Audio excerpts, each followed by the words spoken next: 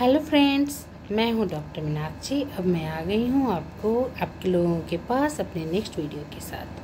आज मैं आपको बताऊंगी कि मोटापे का हमारे प्रेगनेंसी प्लानिंग पे क्या असर पड़ता है। मोटापे का प्रेगनेंसी प्लानिंग पे असर या प्रेग्नेंट पे असर या फर्टिलिटी पे असर इसको बोलते हैं। दोस्तों, आपको पता होना चाहिए कि मोटापे को हम लोग किस तरह से डिफाइन करते हैं। ये शरीर में ज़्यादा एक्सेस बॉडी फैट का जमा होना होता है। इसको हम लोग बॉडी मास इंडेक्स से निकालते हैं और बॉडी मास इंडेक्स निकालने का फॉर्मूला होता है कि आप वेट को केजी में लीजिए और हाइट को मीटर में लीजिए और केजी डिवाइडेड बाय मीटर का स्क्वायर होता है। अब बॉडी मास इंडेक्स यदि 18.5 से कम हो तो उसको बोलते हैं अंडरवेट। ये भी अच्छा नहीं है। 18.5 से 24.9 जो बीएमआई होता है उसको नॉर्मल बीएमआई बोलते हैं। ये सबसे गुड है फॉर फर्टिलिटी पर्पस। अब 24.9 से ऊपर मीन्स 25 से 29.9 इसको बोलते हैं ओवरवेट और 30 से ऊपर को बोलते हैं हम लोग ओबेज। दोस्तों, ये ओबेसिटी अपने आप में एक बहुत बड़ी बीमारी है और अभी हमें पता होना चाहिए कि पूरे वर्ल्ड में लगभग 40% लोग ओबेसिटी से असरग्रस्त हैं और ये ओबेसिटी हमारे सारे सिस्टम पे असर करता है। Respiratory system, digestive system, circulatory system, excretory system, सारे सिस्टम पे इसका बुरा असर पड़ता है। और महिलाओं और पुरुषों में जो लोग प्रेगनेंसी प्लान कर रहे हैं उन लोगों में फर्टिलिटी पे असर पड़ता है। दोस्तों, मोटापा ज़्यादा होने से हमारे शरीर में जो फैट सेल होता है जिसको कि एडिपोसाइट या एडिपोज सेल कहते हैं, ये एक सब्सटेंस रिलीज करता है जिसको एडिपोकाइन बोलते हैं।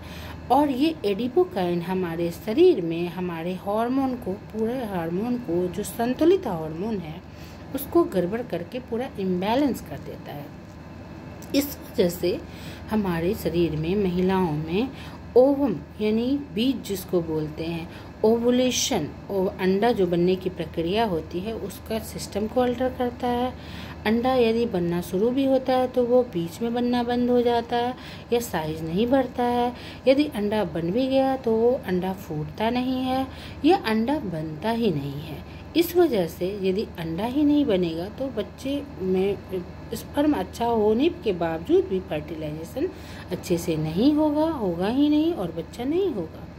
उसी तरह एक दूसरा है कि हमारे बॉडी में इंसुलिन एक हार्मोन है जिसकी सेंसिटिविटी अच्छी होनी चाहिए शरीर में, लेकिन मोटापा ज़्यादा होने से इंसुलिन की सेंसिटिविटी कम हो जाती है, यानी इंसुलिन का रेसिस्टेंस ज़्यादा हो जाता है और इस वजह से हमारा ओवुलेशन नहीं हो पाता है।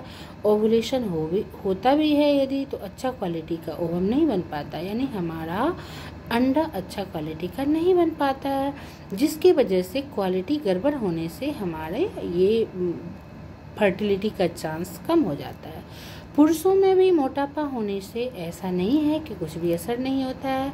पुरुष यदि बहुत ज़्यादा मोटा हो तो उनका भी हार्मोन गड़बड़ाता है और उन लोगों का स्पर्म का क्वालिटी गड़बड़ हो जाता है। दोस्तों, मोटापा ज़्यादा होने से फर्टिलिटी पे असर पड़ता है। बहुत जगह स्टडी किया गया है ऑस्ट्रेलिया में कि नॉर्मल जो वेट पर्सन होते हैं उसमें 100 लोगों को लिया गया और 100 लोगों जो ओवरवेट है तो देखा गया कि नॉर्मल वेट पर्सन में फर्टिलिटी मीन्स कंसीव करने की का परसेंटेज ज़्यादा है और जो मोटे हैं उनमें कम है।